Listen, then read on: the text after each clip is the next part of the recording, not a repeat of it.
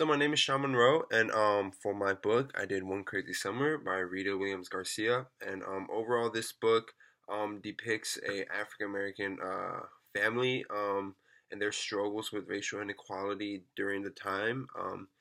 So the reason why I chose this book was because I wanted to have real life applications to me that I could see more reflective in the areas that I'm going to be at. So in the high school I'm at right now, I can actually there's a large African American population there, and I wanted to be able to use what I read here and implement it into my schoolwork.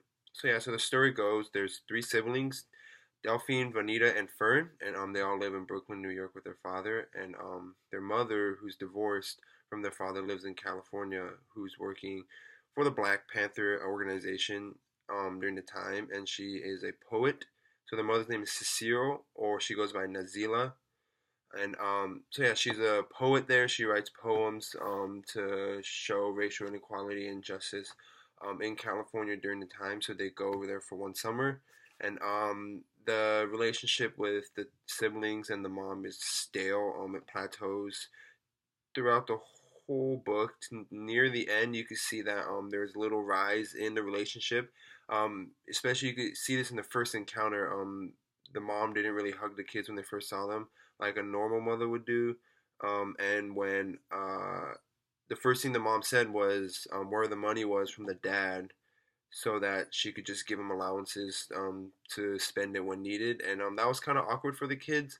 This kind of created like a backdraw, like a curtain or like a window per se to them, and they didn't really like it. But as the story goes on, they go to a camp. The kids go to a camp, and that's when they learn more about the Black Panther community and how the good things that they're doing. They learn more about racial inequality and who they are as African Americans in America, and it really helps them realize things that are happening. And a big thing that I saw was this is part of the book. It says this is actually a big part of their routine and identity.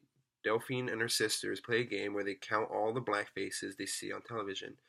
So reality of racial oppression and the realization of it on TV from the kids show that there isn't really African American people on TV during the time, and that it was a lot more white people who run everything in a sense, and that made them realize like why aren't they susceptible to being out there more. So near the end, you can see that Delphine and her other siblings grew apart from their mom, but in the end, there was like a talent show at a big rally, and they used one of their mom's poems, and then their mom saw this, and that kind of grew like a tighter bond. And in the end, when they had to leave back, they were a little upset that they're leaving their mom because they finally had something going for them. So yeah, so the biggest themes I saw in this were race. So this talking about the Black Panther and what they did for racial injustice and inequality, and the whole mistreatment of the African American community, and also family. So you can see that singleness was really portrayed in this. Rita Williams Garcia really wanted to portray singleness and show that there are males, fathers who are single and who raise kids, when women and mothers usually raise kids when it's single. And she wanted to show that. She also wanted to show that women are strong and independent in their own ways. So you can see that through Nazir, Cecile, and also in family you can see that it's hard. It's hard being single. It's hard not living with one parent, and it's kind of awkward when you first encounter them for the first time in a while.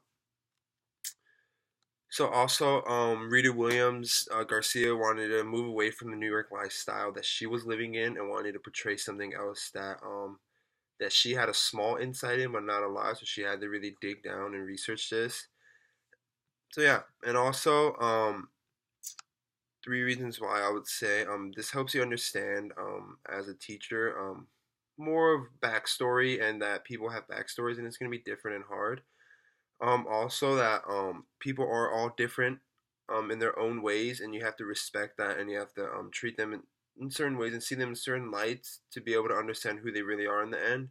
And also the significance of the African American community and what they have been going through throughout U.S. history. So yeah, so I read One Crazy Summer by Rita Williams Garcia, and I hope you enjoyed it. Thank you.